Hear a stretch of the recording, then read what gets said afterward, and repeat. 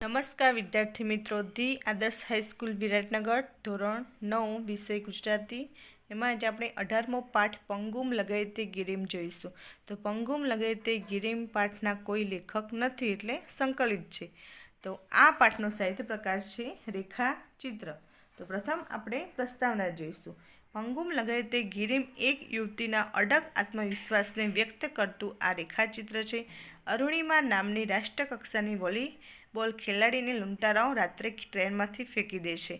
એ જ વખતે સામેથી આવતી ટ્રેન નીચે એનો પગ કપાઈ જાય છે. આવી વિકટ પરિસ્થિતિમાં હિંમત હાર્યા વગર એ પોતાના પગનું એનેસ્થેસિયા વગર ઓપરેશન કરાવે છે. એટલું જ નહીં, એક ક્ષણે એ એવરેસ્ટ સર કરવાનું સ્વપ્ન સેવે છે. એક યુવતીના આત્મવિશ્વાસની આ ચરમસીમા છે. અનેક મુશ્કેલીઓ પછી એ એવરેસ્ટ તો સર કરે જ છે, પણ એ સિવાય વિશ્વના બીજા શિખરો પણ સર કરે છે. અને જાણે કે પંગુમ લગાયતે ગિરીમ સુભાષિતને સાર્થક કરે છે. તો વિદ્યાર્થી મિત્રો, પંગુમ લગાયતે ગિરીમ એ અરુણિમાનું રેખાચિત્ર છે. અરુણિમા વોલીબોલની રાષ્ટ્રકક્ષાની રમતવીર છે. એના જીવનમાં અચાનક એક કરુણ ઘટના બની અને એને અપંગ બનાવી દીધી. શું કર્યું? તેને અપંગ બનાવી દીધી. છતાં સહેજ પણ વિચલિત થયા વગર એ સતત સંઘર્ષ કરતી રહી. સંઘર્ષ અને દ્રઢ મનોબળને કારણે તે સિદ્ધિના શિખરે પહોંચી.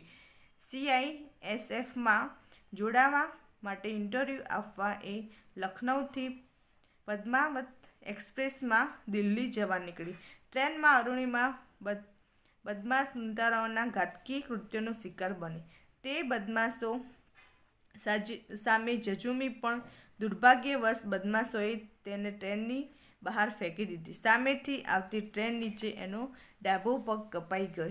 એ પછી જે બન્યું તે અત્યંત કરુણાજનક હતું, પરંતુ તેને એ પરિસ્થિતિનો હિંમતથી સામનો કર્યો અને કૃત્રિમ પગ વડે એવરેસ્ટ જેવા દુર્ગમ પર્વતનું જે રીતે આરોહણ કર્યું એ કાર્ય અત્યંત પ્રશંસનીય છે. અરુણિમાનો જીવન સંઘર્ષ જોતા એમ કહી શકાય કે પંગુમ લગાયતે ગિરીમ એ સંસ્કૃત સુભાષિત તથા આપણા ઘડવૈયા આપણે સાહસ વિના સિદ્ધિ નથી અને જિંદગી જિંદા દિલી જેવી કહેવતોને તેણે પોતાના જીવનમાં સાર્થક કરી છે. બદમાશોના અમાનવીય કૃત્યોનો ભોગ બનેલી અરુણિમાની જીવનકથા સૌને માટે પ્રેરણારૂપ છે. તો વિદ્યાર્થી મિત્રો, હવે આપણે પાઠની વિગતે સમજૂતી મેળવીશું. બરેલી ડિસ્ટ્રિક્ટ એટલે શું થાય? જિલ્લો.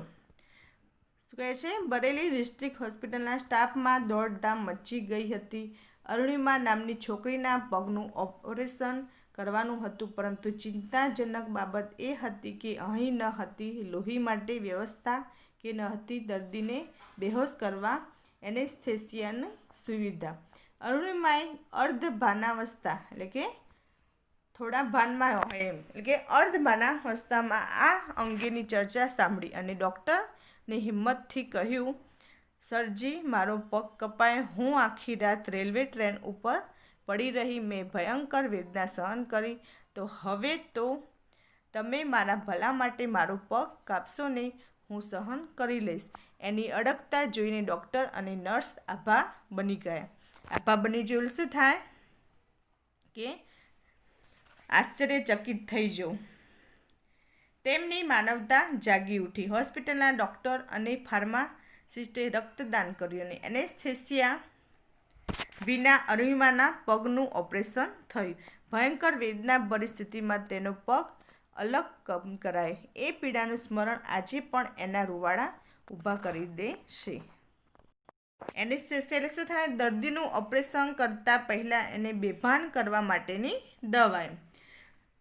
તો 2011ની 11 એપ્રિલે અરુણિમા CISFમાં જોડાવા માટે ઇન્ટરવ્યૂ આપવા પદ્માવત એક્સપ્રેસમાં લખનૌથી દિલ્હી જઈ રહી હતી. ત્યારે કેટલાક બદમાશોએ એની સોનાની ચેઇન ખેંચવા પ્રયાસ કર્યો. ડબ્બામાં મુસાફરોની હાજરીમાં આ ઘટના બની, પણ કોઈએ એનો વિરોધ ન કર્યો. કોઈએ એમને અટકાવ્યા નહીં. વોલીબોલની રાષ્ટ્રકક્ષાની રમતવીર રહેલી અરુણિમાએ સામી લડત આપી. એ ઝઝૂમી, પરંતુ એકલી અને અસહાય હોવાથી બદમાશોએ તેને ટ્રેન બહાર ફેંકી દીધી. એના દુર્ભાગ્યે એ જ વખતે સામેથી બીજી ટ્રેન પસાર થઈ અને એના ઉજ્જવળ ભાવિને કચડતી ગઈ. અરુણિમાનો ડાબો પગ ટ્રેન નીચે કપાયો. લોહીલુહાણ હાલતમાં આખી રાત એ મદદ માટે બૂમ પાડતી રહી હતી, પણ કોઈ એની મદદે આવ્યું નહીં. રાત્રિના અંધકારમાં તે 7 કલાક ટ્રેન ઉપર પડી રહી. ત્યાંથી 49 ટ્રેન પસાર થઈ ગઈ, પણ આ કસોટી કાળમાં એની મદદથી કોઈ ફરક્યું નહીં. માત્ર એના કપાયેલા પગના માંસની મિજમાની માણવા ઉંદરો આવ્યા.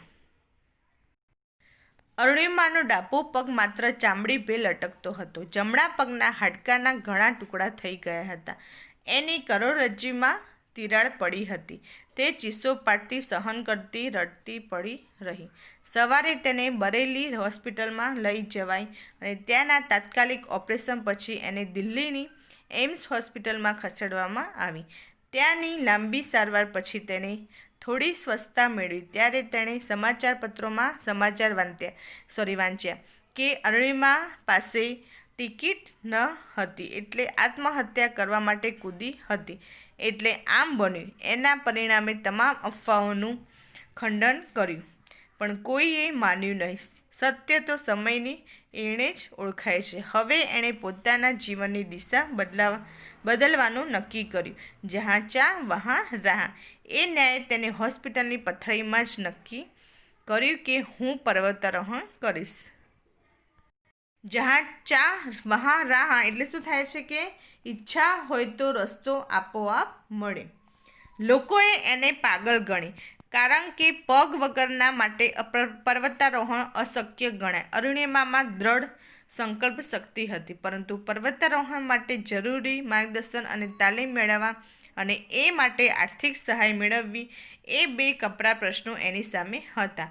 લોકોએ એનો સંકલ્પ પડતો મૂકવા સમજાવી અને કહ્યું, તારો એક પગ કપાઈ ચૂક્યો છે, બીજામાં રોડ છે, કરોડરજ્જુમાં તિરાડો છે. તું સાજી થાય પછી કોઈક નોકરી કરજે. લોકોને એનું અપંગ શરીર દેખાતું હતું, એનું અડગ આત્મવિશ્વાસ નહીં. અરુણિમાનું અંતર આ દુર્ગમ લક્ષ્ય પામવા પ્રતિબદ્ધ થઈ ચૂક્યું હતું. અરુણિમાના પરિવારે એને પ્રેમથી સંભાળી અને એના અડગ મનોબળ શું થાય? મનની શક્તિ એને મજબૂત બનાવી. જિંદગીની મુશ્કેલીઓ અને મૂંઝવણો સાથે તે પથારીમાં પડી રહેવા માંગતી ન હતી. મૂંઝવણ એટલે શું થાય? મનની અકળામણ. તે 1985માં એવરેસ્ટ સર કરનાર ભારતીય પ્રથમ મહિલા બચેન્દ્રી પાલ પાસે પહોંચી. તેણે અરુણિમાના નિશ્ચયની અડગતા જોઈ કહ્યું, એવરેસ્ટ જેવા દુર્ગમ પર્વતના આરોહણ વિશે વિચારીને તે અંતરમાં તો એને સર કરી લીધું, એટલે કે મનથી એને એવરેસ્ટ સર કરી દીધો છે. પરીક્ષામાં હેતુલક્ષી પ્રશ્નોમાં પૂછાય કે 1985માં એવરેસ્ટ સર કરનાર ભારતીય પ્રથમ મહિલા કોણ હતું? તો શું થાય? બચેન્દ્રી પાલ. એટલે કે એને મનથી તો એવરેસ્ટ સર કરી દીધો હતો. માત્ર હવે જગતને બતાવવા, એટલે કે લોકોને બતાવવા ખાતર ત્યાં જઈ ચડવાનું બાકી છે. બચેન્દ્રી સાથેની મુલાકાતે એનામાં અનેરી હિંમત અને ઉત્સાહ ભરી દીધા, પરંતુ આ ક્ષેત્રમાં અનેક મુશ્કેલીઓ એની વાટ જોતી બેઠી હતી. બચેન્દ્રી પાલ મેડમે એને સમજાવ્યું હતું, અરુણિમા, તારા વિચારથી, તે તારા શબ્દોથી તે એવરેસ્ટ સર કરી લીધું છે, પણ તું સાબિત કર કે તું આવા શરીરે એવરેસ્ટ સર કરી શકે છે. અને એ મંડી પડી, એટલે કે એને મહેનત કરવાની શરૂઆત કરી દીધી. પર્વતારોહણની તાલીમ દરમિયાન શરૂઆતમાં પર્વત ચડવા બધા એકસાથે નીકળતા, ત્યારે અરુણિમાને સલાહ મળતી, અરે તું ધીમે ધીમે આવ. તે અકળાતી અને વધુ મહેનત કરતી. 8 મહિના બાદ પરિસ્થિતિ બદલાઈ ગઈ. અરુણિમા હવે સામાન ઉપાડીને સૌની સાથે નીકળતી અને સૌથી પહેલી પહોંચતી. લોકો એને પૂછતા, અરુણિમા કહે તો તું ખાય છે શું? એટલે કે તું એવું શું ખાય છે? તાલીમ બાદ સ્વપ્નને સાકાર કરવાની, લક્ષ્યને પામવાની ઘડી આવી પહોંચી. એ એવરેસ્ટને આંબવા સજ્જ બની, પરંતુ વિટંબણાઓ ડગલે ને પગલે હતી. પહેલી કસોટી શેરપાને સમજાવવાની આવી. શેરપાએ જાણ્યું કે અરુણિમાનો કૃત્રિમ પગ છે, તો તેણે કહી દીધું કે એ તેને નહીં લઈ જઈ શકે. શેરપાએ પોતાને જીવનું જોખમ ખેડવું પડશે એમ વિચારીને તે આનાકાની કરતો હતો, એટલે કે હા ના કરતો હતો. એમ ખૂબ સમજાવટને અંતે તે રાજી થયો.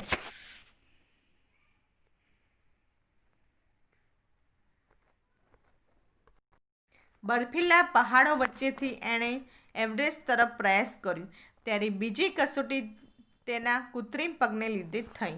ચઢાણ ચડતા વારંવાર કૃત્રિમ પગ ફરી જતો, ખસી જતો અને એના પર શરીરનું વજન લેવાતું નહીં, આગળ ચડાતું નહીં. પરંતુ તેણે પ્રયાસો ચાલુ રાખ્યા અને ધીમે ધીમે આગળ વધી, એટલે કે એની હિંમત હારી ન હતી. એમ આગળ વધતા આ માર્ગે એણે અનેક પર્વતારોહણને મૃત્યુની ચાદર ઓઢી. સૂતેલા જોયા તે કંપી ઉઠી. તેને મનોમન કહ્યું અને મૃત સાહસવીરોને મનોમન વચન આપ્યું કે હું તમારા સૌ વતી એવરેસ્ટ સર કરીશ અને જીવતી પાછી આવીશ. તેનું દરેક ડગલું જાણે પડકાર હતું. અનેક પડકારો સામે ઝઝૂમતી અરુણિમા હિલેરી સ્ટેપ પહોંચી. ત્યાંથી એવરેસ્ટ પહોંચાય છે ત્યાં જ શેરપાએ આઘાતજનક વાત કહી કે અરુણિમાનો બોટલનો ઓક્સિજન પૂરો થઈ રહ્યો છે અને તેણે પાછા ફરવું જોઈએ. જિંદગી સલામત હશે તો ફરી પ્રયત્ન કરીશું, એટલે આપણે જીવીશું તો ફરી આપણે ચડવાનો પ્રયત્ન કરીશું. એમ તેણે પાછા ફરવું જોઈએ. અરુણિમા જુદું જ વિચારતી હતી કે જિંદગીમાં આવી સોનેરી તક ફરી મળતી નથી. મા અને બચેન્દ્રી પાલે તેને કહ્યું હતું, તમે જીવનમાં ક્યારેય એકલા રહી જાઓ છો ત્યારે નિર્ણય તમારે અને માત્ર તમારે જ લેવો, એટલે કે આપણે જીવનમાં ગમે ત્યારે એકલા પડે તો નિર્ણય આપણે જાતે જ લેવો પડે છે. ત્યારે વિચારું કે એક ડગ માંડીને હું અહીં સુધી પહોંચી છું. એવી પડે પાછળ નજર કરી એક કદમ આગળ માંડજે, રસ્તો આપોઆપ મળી જશે. અને તેણે જીવનું જોખમ ખેડવાનો સંકલ્પ કર્યો. એક ડગલું આગળ મૂક્યું. 1.5 કલાક પછી તેણે એવરેસ્ટની ટોચે હતી. અશક્ય એવી મંજિલ પર હતી. તે ખૂબ ખુશ હતી. આનંદના અતિરેકમાં તે બૂમો પાડીને દુનિયાને બચાવવા માંગતી હતી કે એક વિકલાંગ, એક મધ્યમવર્ગીય છોકરી ધારે તો શું ન કરી શકે. જીવનની કસોટીમાં હારીને બેસી જનારા નિષ્ફળ જનારાઓને એણે કહેવું હતું કે માણસ ખરેખર વિકલાંગ ત્યારે જ બને છે જ્યારે તે હાર કબૂલી લે છે, પ્રયત્નો છોડી દે છે. વ્યક્તિ શરીરથી નહીં, મનથી વિકલાંગ બને છે. એના પર વિજય મેળવવાનો હોય છે.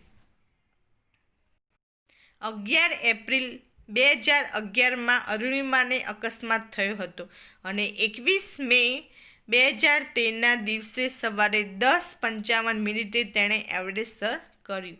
કેવી રીતે? મજબૂત મનોબળથી, હિંમતથી અને સખત પરિશ્રમથી. એવરેસ્ટ આરોહણને તેણે જીવન ધ્યેય બનાવી દીધું હતું. સફળતા એનું જજૂન બની રહી ચૂક્યું હતું.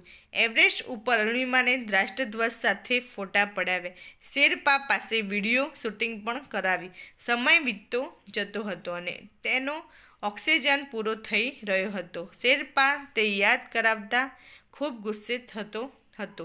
અરુણિમાને પોતાને પણ આ ખ્યાલ હતો કે પોતે કદાચ જીવતી નહીં રહી શકે, પરંતુ તે શેરપા મારફતે તે વિડીયો ભારતના યુવા વર્ગને પહોંચાડવા માંગતી હતી, જેથી યુવાનો પડકાર સામે લડતા શીખી શકે. 8,848 ફૂટની ઊંચાઈ પર લોહી થીજાવી દેતી ઠંડીમાં એનો આ ડર સાચો પડી શકે એમ હતો. અરુણિમા ઝડપથી શેરપા સાથે પાછી ફરી રહી હતી. ત્યાં જ એનો ઓક્સિજન ખલાસ થઈ ગયો. તે નીચે ઢળી પડી. શેરપા એને હિંમત આપતો હતો, ઊભી થવા માટે સમજાવતો હતો, પણ અરુણિમામાં તાકાત જ ન હતી. કહેવત છે કે હિંમતે મર્દા તો મદદે ખુદા. એટલે શું થાય છે કે જે સાહસ કરે છે તેને પરમાત્મા મદદ કરે છે. ઈશ્વરીય દુનિયાના નિયમો જુદા હોય છે. તે જ સમયે એક બ્રિટિશ પર્વતારોહણ ચડતો હતો. તેની પાસે ઓક્સિજનના 2 બાટલા હતા. તેણે એક બાટલો અરુણિમા તરફ ફેંક્યો અને શેરપા લક્કીની બૂમ પાડતો તે લઈ આવ્યો અને અરુણિમાને 8,848 ફૂટની ઊંચાઈ પર નવજીવન મળ્યું. ખરેખર ભાગ્ય તેને જ સાથ દે છે જે પુરુષાર્થ કરે છે, કે જે મહેનત કરે છે એને જ નસીબ સાથ દે છે. હાર માનતા નથી અને લોખંડી મનોબળથી પરિસ્થિતિ સામે ઝઝૂમે છે. હવે અરુણિમા પરત ફરવા માંડી ત્યાં જ એનો કૃત્રિમ પગ નીકળી ગયો. તે ખસડાતી ઉતરતી રહી. કેમ્પ 4થી સમિટ 3500 ફૂટના અંતરે, જે અંતર કાપતા બીજાને 16-17 કલાક થાય છે તે માટે અરુણિમાને 24 કલાક થયા. એના હાથ થીજી ગયા. હાથમાંથી લોહી નીકળવું શરૂ થયું. છતાં પડતી, ઉઠતી, રડતી, ઝઝૂમતી તે નીચે આવી, જેના હેમખેમ પાછા ફરવાની આશા સૌએ છોડી દીધી હતી. એટલે કે સૌને આશા ન હતી કે અરુણિમા નીચે સાજી આવશે.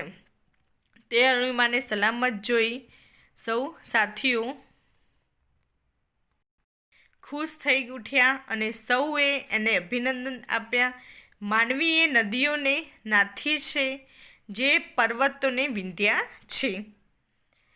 સાગરોના પેટાળ ખોળ્યા અને રણને નંદનવન કર્યા છે. માનવી ધારે તે પામે છે. એટલે શું થાય છે કે ધારે તે પામે, એટલે કે મન હોય તો માંડવે જવાય, ઈચ્છા હોય તો મળે. એટલે કે આપણને જે ઈચ્છા હોય આપણને મળે છે, પણ ધારવું અને એના માટે ઝઝૂમવું અગત્યનું છે. એટલે કે એના માટે એનો સામનો કરવો એ અગત્યની છે.